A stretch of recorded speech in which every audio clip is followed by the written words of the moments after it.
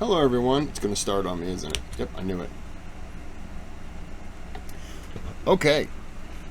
Hold on. In this part of... Okay. Ow. Okay, so this is a request from Mohamed. He donated to the channel. So his requests get bumped to the top. I think it's fair. He didn't request a video. He requested a channel. This was one of them, Towards Eternity. He requested another channel. I don't know it offhand, but I found some good ones here. I kind of argued on the last one, but not argued. But anyways, this is wow.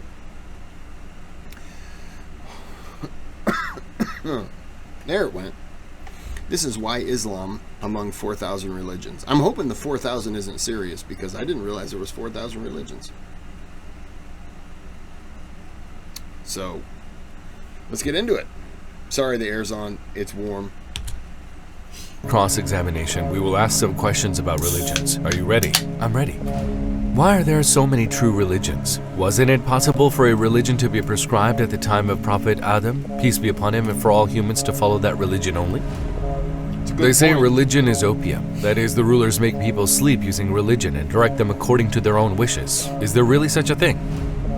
Can you prove that Islam is not a human invention? How do you know that the Quran has not changed like the other books?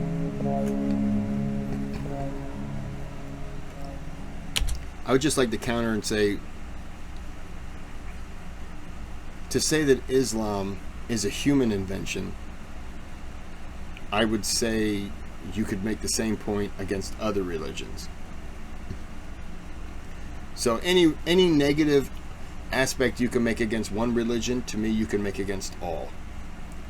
The only difference is that everyone knows Muhammad with Islam, obviously. But no one prays to Muhammad. And that to me is the difference. Sorry, my dog's just eyeballing my ice cubes in my drink. Okay. What is the need for religions and prophets? A religion and a prophet are necessary to understand the meaning of life. We can understand it as follows. For example, suppose we drew a picture in which we used all the colors in the world. Now, if we displayed that painting, in which we used so many colors, in an exhibition area and invited people there, it would be very illogical not to light up that place, wouldn't it? Why? Because in a dark area where there is no light, colors cannot be appreciated. Our use of color proves that we are going to illuminate it. Similarly, the universe is like an artwork that has meanings like... That start of that analogy lost me. I understand what he's saying, but I don't like it. I think it's a bad example. That's just thousands of different colors. When we look at it, the universe, for people to understand them, to grasp thousands of meanings, a prophetic light is necessary. As we said, the light is necessary to appreciate the colors of a painting. Similarly, the light of prophethood is necessary to understand the meanings in the universe. Besides, we already see that Allah fulfills all our needs for us. For example, even just for the needs of our tongues and stomachs, He created hundreds of thousands of types of food and drink. Allah, who meets the needs of our tongues and the needs of our stomachs, would definitely send a prophet for our greatest need, our search for meaning, to answer our fundamental questions like, who am I? Where am I going? But can people understand these meanings themselves without prophets being sent to them? Can't they understand? We can think of it like this. For example, suppose that there are many antique items in an exhibition area, like a very valuable table from the period of Sultan Mohamed the Conqueror. If we don't put a guide there to explain the value of it and that it's a very unique item, people who go there may look at it as being worthless. For example, if its true value was $5 million, people may regard it as being worth only $5. They may see it as something worth $5 only. So, antiques can't be understood without a guide. Misunderstandings might occur. But what's to say that the person who's judging that antique and putting a dollar sign to it, that's the true value of it? It's subjective. I'm going to shut up. Similar to the example of antique table and its worth above, man can try to interpret the meanings and artworks in the universe, but the probability of being wrong is very high. Likewise, when we look at people's thoughts right now, there are many different interpretations about the universe. Even today, we can see that many people do not understand the meaning of the universe. For example, if someone looks at the sun right now, do you think he infers something, or does he just say the sun is 1.5 million times the size of Earth and does not care at all about it being a sign of God? We are in a situation where we can't even understand the meaning of something, let alone misinterpret it. In other words, it's only through the prophets, guides sent by the one who created the universe himself, that is, Allah, can real meanings be found. Can't religions be human inventions? People can have wrong ideas, wrong thoughts. For example, there are false faiths such as idol worshipping, sun worshipping, and fire worshipping. But Allah corrects these false faiths by sending the prophets. Prophet Mohammed, peace be upon him, was the last of these prophets sent to correct these false faiths. What do we say in Islam anyway? La ilaha illallah. What does it mean? We say there is no God worthy of worship but Allah. So what do we do with all those false faiths, false ideas in the first part? We eliminate them by saying there is no true God. What do we say next? Except Allah. So there are false faiths here too. The prophets came to correct them. When we look at Islam, we see that it proves the falsity of other religions and faiths. It also proves to us that it is the only true religion. In other words, there are false faiths invented by humans, but Islam is not one of them. Can you prove that Islam is not a human invention? Well, of course we can prove it. When we look at Islam, we see that it is a religion that convinces both the heart and the mind. With wrong religions, ideas, and ideologies, we see impossibilities. Islam gives the most convincing answers to man's most basic questions. For example, who am I? Where did I come from? Why was I created? What is the purpose of the existence of this universe? Where are we heading? Islam gives the answers to the most important questions in a way that convinces people. It proves that Islam is true. Also, in terms of managing the society, in terms of managing people, it offers us the most accurate information and methods. For example, it gives the system of zakat, prohibits interest, and together with the rules of justice, it gives the best management tools to manage a society. And it gives it to us universally. In other words, no matter what era you live in, you can always see the rules of Islam as a solution. So we can see from it that Islam is true. Besides, when we look at the Quran, we can see that it is true with dozens of miracles. For example, the miracles about the unknown or the miracle of eloquence are challenging people to bring a similar one, something like it, but though 1400 years have passed, no one has been able to bring anything like it. Like the existence of scientific facts that describe the universe with very accurate information, we can see that it is true with all the information contained in it. What is the miracle of eloquence? When we say eloquence, we can understand it like as follows. We can understand it as the strength of its literary aspect. That is, the Quran has such expressions that it sometimes expresses many meanings with one word and sometimes with one letter. And this style of expression is at such a high quality level that man cannot write anything similar. We can understand it like this. How does the Quran address the people living in the period in which it was revealed? It challenges them by saying, bring a similar one. Although rhetoric was at a high level at that time, the people could not respond to the challenge and preferred to physically fight. Accepting the possibility of both their own death and the death of their families, they preferred war over bringing or producing anything similar to the Quran. In other words, it means that the eloquence of the Quran surpasses human mind. They say religion is opium. That is, the rulers make people sleep using religion and direct them according to their own wishes. Is there really such a thing? First of all, we need to distinguish Islam from the other religions, because when you say religion, it is a general term. But when we look at Islam, let alone making people sleep, it constantly encourages people to think. It is a religion that warns people by saying, research and reflect constantly. Don't you ever question? Can we say it makes people sleep? Of course not. For example, in other religions, people can become very important. As it is said, managers want to use people. But how is it in Islam? Knowledge is important in Islam. The Holy Quran and the Sunnah, two sources of knowledge. So with Islam, we're talking about a religion in which books and information are spoken about rather than people. This means that a Muslim does not act under the pressure of anybody. The information is clear. The Quran is clear. The Sunnah is clear. Thus, people can decide their way. When we look at the basis of this discourse, we see that it emerged after Christianity was distorted. In other words, that Christianity is not a discourse that has anything to do with Islam. People can be given very important positions in Christianity and other religions. Authority to forgive can be given to certain people. However, is this the case when we look at Islam? No. What do we say? We say it is only Allah that forgives. Let me even say this. Since Islam describes the world as a cultivating field of the hereafter, it is a religion that encourages people to work in the world and to do something productive in this world. What? As a person works, he gets to know Allah's name of Ar-Razak, the sustainer. Naturally, since working is also a deed of worship, it motivates people to work in this worldly life. Thus, we are talking about a religion that encourages people to work, let alone make them sleep. We're talking about a religion that stimulates people to think and reason. That is to say, a statement such as, "the religion is opium, it stupefies," can never be valid for Islam. If Islam is the true religion, why does Allah allow other religions to be distorted and spread? Wouldn't it be against the secret of testing? Just think. It's not Islam's job to correct other religions or to point out where they're incorrect, where this is wrong, where this is right. It's not their job. That should take care of that answer. Think about it. There is only one true religion. It is Islam, isn't it? If Allah were to prevent the spread and existence of other religions with a coercive effect, we couldn't talk about the testing ground or a will. There may be wrong ideas, but what happens? Allah sends prophets to correct those wrong ideas, wrong views. So what happens then? In a way, a wrong idea is corrected by the true idea. Here too, it is up to the individual to choose the right path or wrong path with his free will.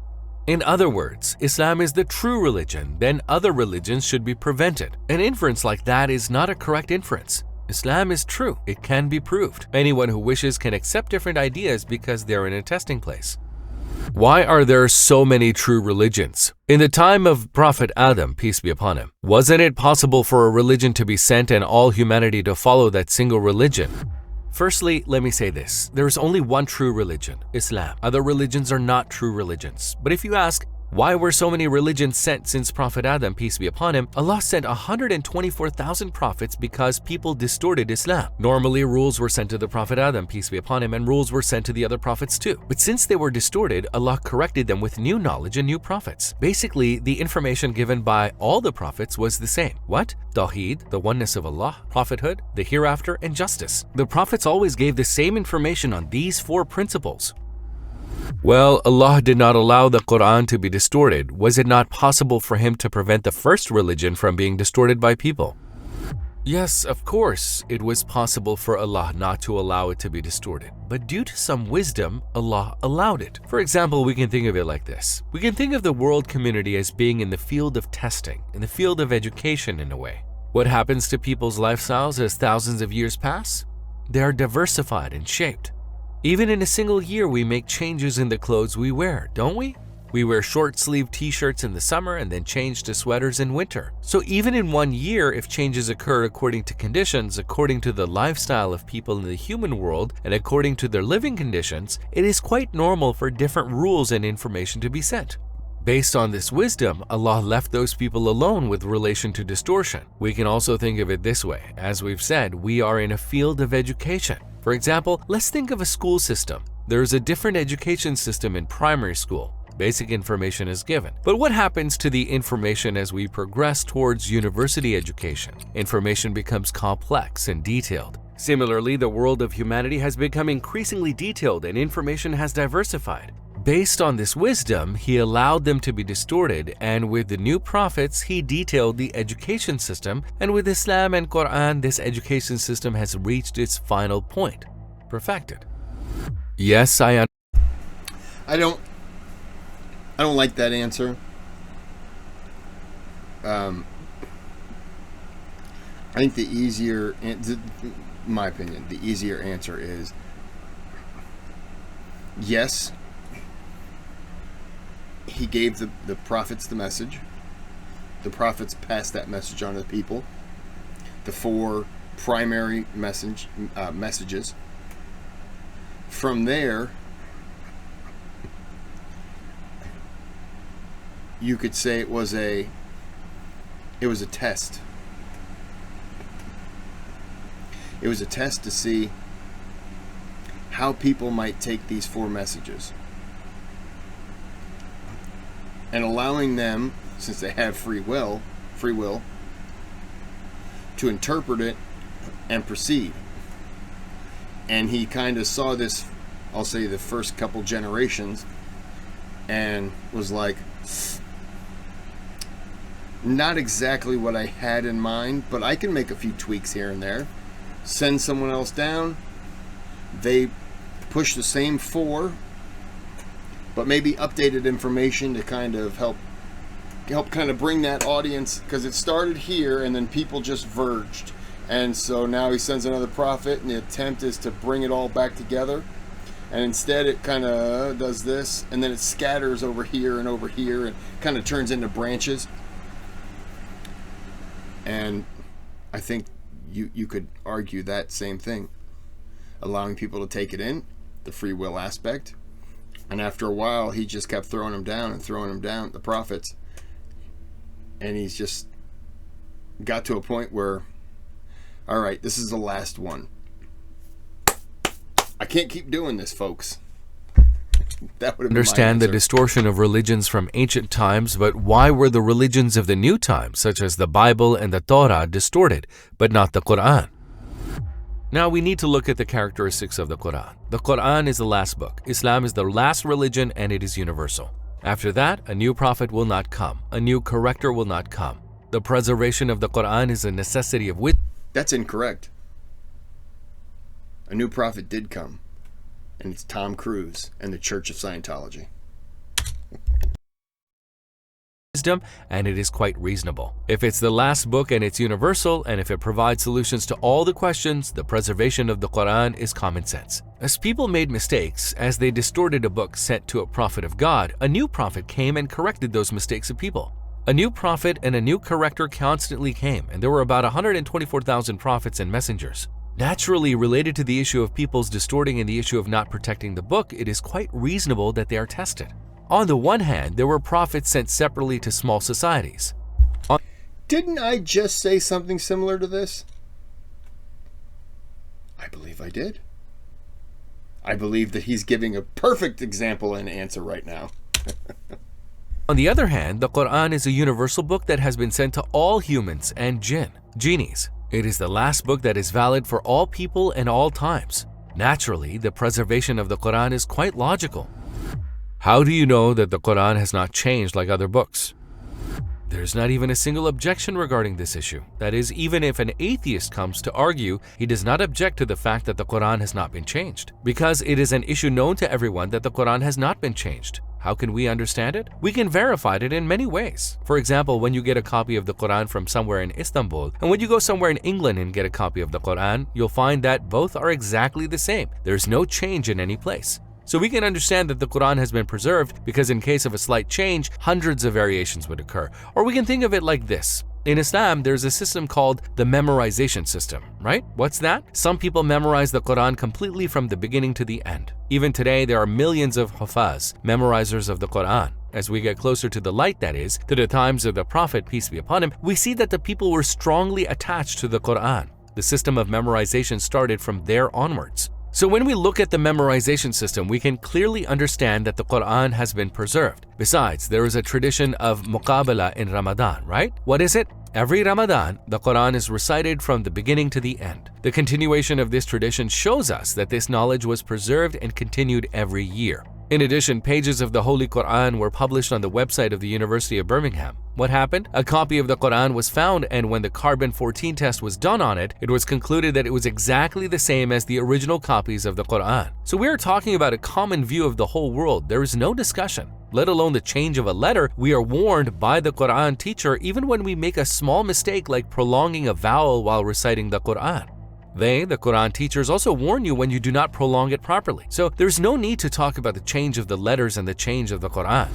So many scientists and famous researchers do not have this information contained in the Quran, and you Muslims know it. Rather than the number of people or their positions, we need to look at the knowledge. We need to look at the proof. If there is proof somewhere, people's comments are irrelevant. Similarly, we look at the Quran, we look at Islam. It offers hundreds and thousands of irrefutable proofs. In other words, if there is evidence, even if the whole world denies it, it does not matter. In fact, Badiuzzzaman Sayyid Nursi stated the following regarding this: "He who closes his eyes makes it dark only for himself." I like that last part. He who closes his eyes makes it dark for only himself. There was a video I almost clicked to watch, but I thought I'm going to get angry. I think I'm going to do that. I'm not. Yeah, I'll tell you the head. So the like, not the title, but yeah, the title, whatever you want to call it. This thing right here, the words.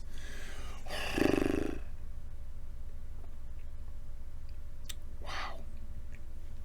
This thing right here, the words. Oh, Chris. Anyways, it said, what did it say? Pedophilia is not immoral. And that was like the first thing I saw. And I said, what now? But I knew that if I click on that video, it's setting me up to get so mad. Anyone who says that,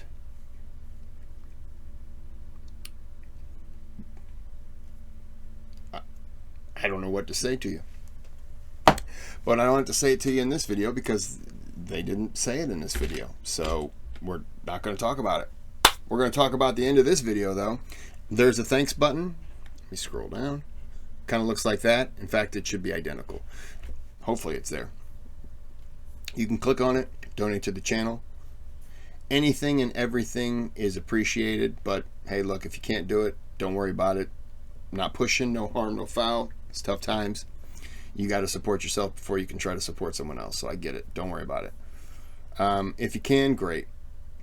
The one thing you can do that's free is just like and subscribe. 70% of the people who are going to watch this video aren't subscribed. If you're watching my videos, there's something about it that you like. Maybe it's the content that I'm doing. Maybe you hate me personally. Who cares? Subscribe. You don't have to watch every video, but you should. I'll hunt you down. That's all. I'm not going to do anything to you. I'll just hunt you down. Put a little post-it note on your car, say I found you, and I'll go back home. So, until that threat happens, have a good day, have a good night.